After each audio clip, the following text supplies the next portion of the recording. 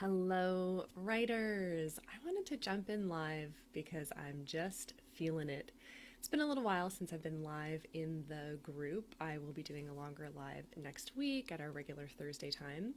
But we've got some new folks in the group, and I was just feeling inspired to share something with you. So, what I wanted to share is my personal no fail writing inspiration practice. That's really what it is, a practice. And I wanted to share this because so often when we write, we try to think our way to the solution. And often that gets us more stuck. Have you experienced that where you're like, what should I write? What should I write? And the more you cogitate about it, the more you give it to your brain to work on, the less clarity you feel you have. Maybe you have a lot of ideas, but not a lot of clarity. That happens to a lot of creative people. Being creative can be a double edged sword, right? On the one hand, you're grateful that you have all of these brilliant ideas. On the other hand, you're like, what the crap do I do with them? How do I sort them all and make something of them that's really going to resonate with people? So, here's the practice that I use personally, that I recommend to my clients, and that I'm recommending to you right now. When you're sitting down to write, get up and go lie down on the floor. Hey, Selma, great to see you live. Go lie down on the floor in Shavasana. If you've never taken a yoga class, Shavasana is just lying on the floor, making sure that your low back is comfortable, so you can put your knees, bend your knees and let them rest together if you have low back problems, and just widening so your shoulder blades are on the floor and kind of adjusting your neck. And you're lying on your back in whatever way you've adjusted to make it comfortable, fully supported by the floor, fully surrendered to the earth. Okay, this is called corpse pose in English. So it's all about you not putting out any effort. Find that stillness in Shavasana, in corpse pose.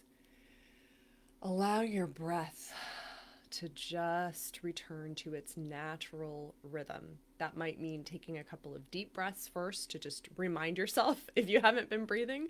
Sometimes we go through the day and we're not really breathing deeply, so maybe just take a couple of deep breaths and then let your breath return to its natural rhythm.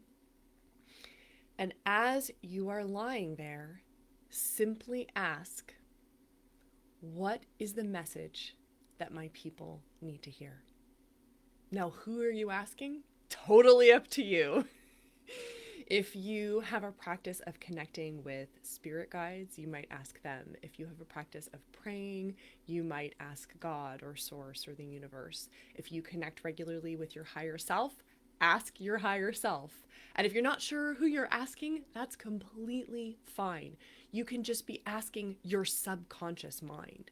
Because the reality is that your working conscious mind is always trying to solve problems for you, but it can be like the frenzied person who can't find their glasses when they're, on top of their head, right? Like there's so much effort and energy going into I'm looking, that we forget to truly see, okay?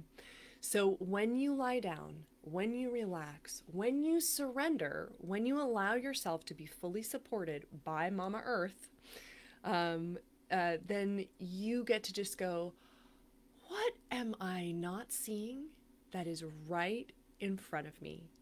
Or it's like 1 degree away from the thought I'm already having. And just see what comes through. Now, sometimes what will come through is like this amazing idea, and you're like, yep, that's exactly what I need to write about. And sometimes what will come through is like, oh, wow, it's time to rest. Like now is not the right time to write because, whoa, am I tired? Or whoa, have I done a lot? Or there's some other task that needs to get done that is really hijacking my writing energy. Because every time I'm sitting down to write, I'm like, but I've got to send that thing to that person. So don't put pressure on what kind of answer you get when you do this exercise. Simply allow whatever wisdom wants to come through to come through. And, give this just a few seconds if that's what you have. Give it a few minutes if that's what you have.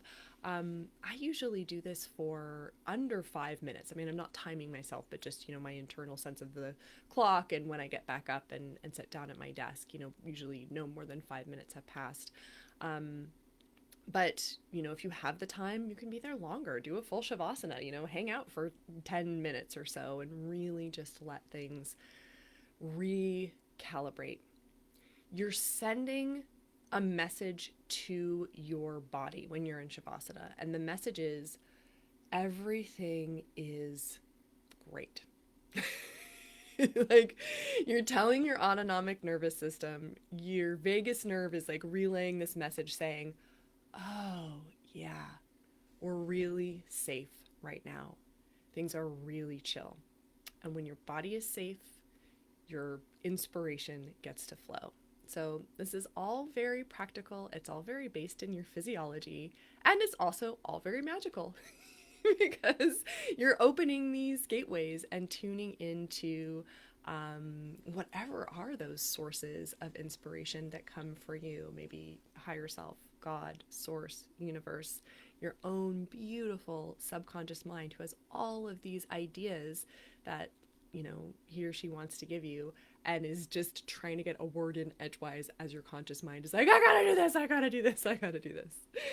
So body relaxes, mind relaxes, spirit expands. Okay.